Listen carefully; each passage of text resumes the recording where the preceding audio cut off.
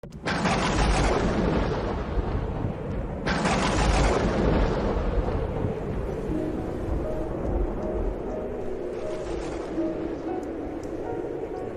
ce temps-là, parmi les disciples, le Seigneur en désigna encore 72 et il les envoya deux par deux en avant de lui en toute ville et localité où lui-même allait se rendre. Il leur dit, « La moisson est abondante, mais les ouvriers sont peu nombreux. Priez donc le maître de la moisson d'envoyer des ouvriers pour sa moisson. Allez, voici que je vous envoie, comme des agneaux au milieu des loups. Ne portez ni bourse, ni sac, ni sandales, et ne saluez personne en chemin. Mais, dans toute maison où vous entrerez, dites d'abord, « Paix à cette maison. » S'il y a là un ami de la paix, votre paix ira se reposer sur lui. Sinon, elle reviendra sur vous. Restez dans cette maison mangeant et buvant ce que l'on vous sert, car l'ouvrier mérite son salaire. Ne passez pas de maison à maison, dans toute ville où vous entrerez, et où vous serez accueillis, mangez ce qui vous sera présenté. Guérissez les malades qui s'y trouvent et dites-leur, le royaume de Dieu s'est approché de vous. Acclamons la parole de Dieu.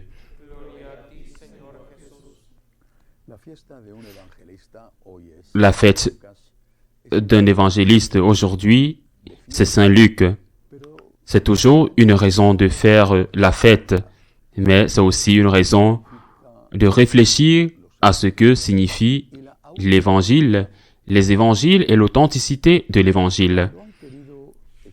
Quand on a voulu jeter des ordures de la boue sur Jésus, on l'a fait en essayant de le discréditer, soit en disant des insultes à son sujet, soit en disant qu'il est un mythe et qu'en réalité, il y a peut-être eu un personnage historique insignifiant, devenu ensuite une légende.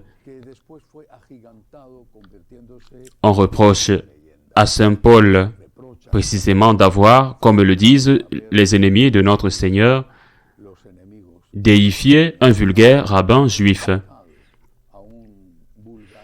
Et la base sur laquelle ils fondent ces insultes, cette discréditation de la figure de Jésus, c'est que, disent-ils, les évangiles ont été écrits très tard. Certains parlent même, dans leur immense ignorance, qu'ils ont été écrits au IIe et même au IIIe siècle. Le mensonge, disent-ils, a de courtes jambes. Ceux qui ont sérieusement étudié la Bible le savent. Et donc, ils disent qu'il y a des données dans les évangiles qui ont dû être nécessairement écrites avant la grande catastrophe qui s'est abattue sur le peuple d'Israël en l'an 70 et qui a été la destruction de Jérusalem avec plus de 1 million de morts et des Juifs faits esclaves. La ville rasée et reconstruite plus tard par les Romains eux-mêmes avec un autre nom, Aelia Capitolina. Il s'agissait de l'empereur Titus qui avait succédé à son père dans cette campagne militaire. Si l'Évangile avait été écrit après cet événement tragique, il y aurait certainement fait référence car il était sur les lèvres de tous les Juifs qui avaient survécu. Jésus parle de la destruction de Jérusalem, mais il le fait sous forme de prophétie et sans donner beaucoup de détails, ce qui ne serait pas produit. D'autre part, on sait que Saint Pierre et Saint Paul meurent, mais en même temps, avec très peu de différence, dans la persécution de Néron, à l'an 64 environ, que Luc, comme le raconte Saint Paul, dans une de ses lettres, était l'un de ses fidèles compagnons et que Luc interrompt, sans raison connue, le récit qu'il est en train de faire des pas de Paul, de Pierre aussi, mais surtout de Paul dans le livre que nous connaissons sous le nom des Actes des Apôtres. Qu'est-ce qui lui arrive? Eh bien, ce qui lui arrive très probablement, c'est qu'il meurt en martyr également au cours de cette persécution et peut-être dans une autre ville, peut-être à Alexandrie, mais peut-être aussi à une date proche de la mort de son maître et de son ami. Luc était un médecin d'Antioche, la ville où Saint Pierre avait été évêque et plus tard Saint Ignace.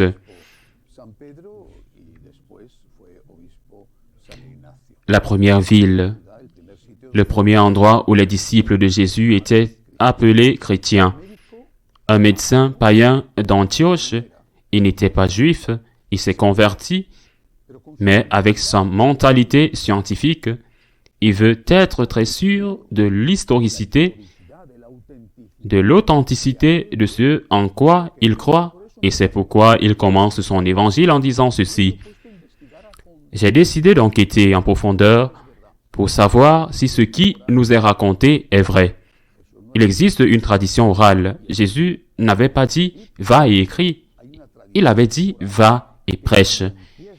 Il existe une tradition orale selon laquelle, lorsque les persécutions ont commencé, et pas seulement celle de Néron, mais avant la première persécution qui a coûté la vie à Saint-Étienne, et plus tard à l'apôtre Jacques, a été ensuite entreprise par les Juifs. Les chrétiens ont compris que s'ils n'écrivaient pas cette tradition orale, l'histoire des paraboles que Jésus avait prêchées, bien sûr, l'histoire de sa mort et de sa résurrection, cela pourrait être perdu ou défiguré, et ils ont commencé à l'écrire. Eh bien, Saint Luc étudie la question en scientifique.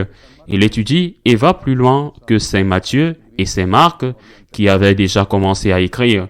S'ils n'avaient pas fini d'écrire leur propre évangile, nous parlons d'avant sa mort, évidemment, vers les années 60. Et je dis qu'il va plus loin parce qu'il dit des choses que les autres n'avaient pas dites. Il se penche sur la Sainte Vierge Marie.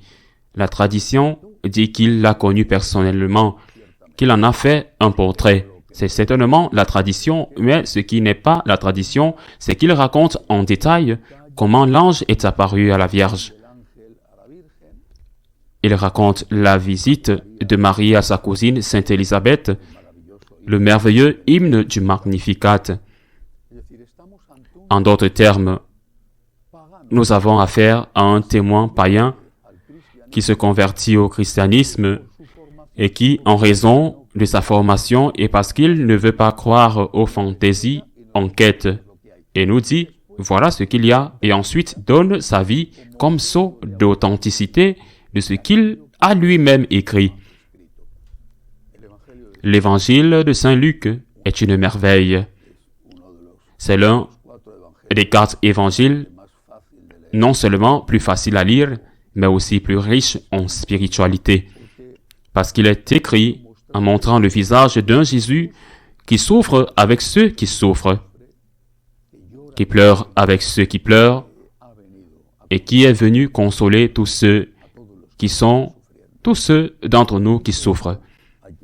Ceci dit, il y a encore quelque chose à ajouter. En général, pas seulement sur l'évangile de Saint Luc, il faut profiter de ces journées pour faire de la catéchèse, mais il faut ajouter autre chose. La parole évangile, c'est la parole de Dieu.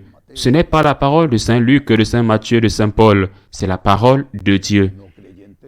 Un non-croyant, bien sûr, ne croira pas à cela, logiquement. Mais un croyant qui n'y croit pas a cessé d'être croyant, il est devenu autre chose, mais pas croyant ou, en tout cas, pas croyant chrétien. C'est la parole de Dieu. Et qu'est-ce que cela veut dire? Nous ne pouvons pas la changer, nous ne pouvons pas couper ce que nous n'aimons pas, ce qui ne nous convient pas, ce que le monde n'aime pas. Nous ne pouvons pas le faire. C'est nous qui devons nous adapter à la parole et non pas prétendre que la parole s'adapte à nous.